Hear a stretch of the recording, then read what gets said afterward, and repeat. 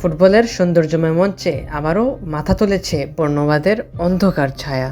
Leicester সিটির midfielder এবং বাংলাদেশি বংশোদ্ভূত ব্রিটিশ ফুটবলার হামজা চৌধুরী পোর্টসমাউথের বিপক্ষে চ্যাম্পিয়নশিপ ম্যাচে সমর্থকদের বর্ণবাদী আক্রমণের শিকার হয়েছেন।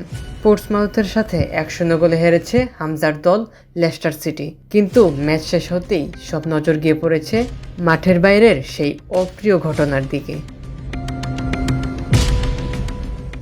গতকাল 18 এপ্রিল চ্যাম্পিয়নশিপের গুরুত্বপূর্ণ ম্যাচে পোর্টসমাউথের ফ্রাটন পার্কে গিয়েছিল লেস্টার সিটি। লেস্টার বর্তমানে লিগ টেবিলের নিচের দিকে অবস্থান করছে এবং রেলিগেশনের শঙ্কায় রয়েছে। এমন কঠিন সময়ে প্রতিপক্ষ সমর্থকরা প্রায় উত্ত্যক্ত করে থাকে। ম্যাচটি শেষ হয়েছে পোর্টসমাউথের 1-0 গোলের জয়ে। লেস্টারের হয়ে হামজা চৌধুরী খেলেছেন, কিন্তু মাঠে তিনি যথেষ্ট চেষ্টা করলেও দল জিততে পারেনি। কিন্তু সমস্যা শুরু হয়েছে ম্যাচ চলাকালীন এবং পরে। পোর্টসমাউথ সমর্থকরা হামজা চৌধুরীর ঐতিহ্য ও বংশ পরিচয় নিয়ে অপ্রীতিকর মন্তব্য করেছেন।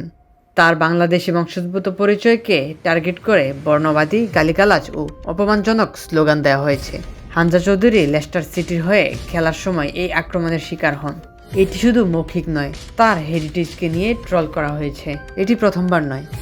হামজা অতীতেও বিভিন্ন সময় বর্ণবাদী আচরণের শিকার হয়েছেন, সোশ্যাল মিডিয়ায়, মাঠে কিংবা অন্যান্য ম্যাচে।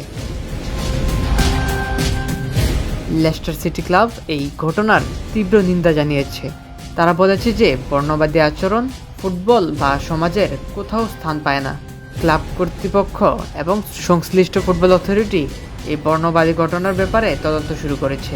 পুলিশকেও জানানো হয়েছে বলে খবর পাওয়া গেছে। ফুটবলের সৌন্দর্য নষ্ট করা হয় এমন আচরণ কোনোভাবেই গ্রহণযোগ্য নয়।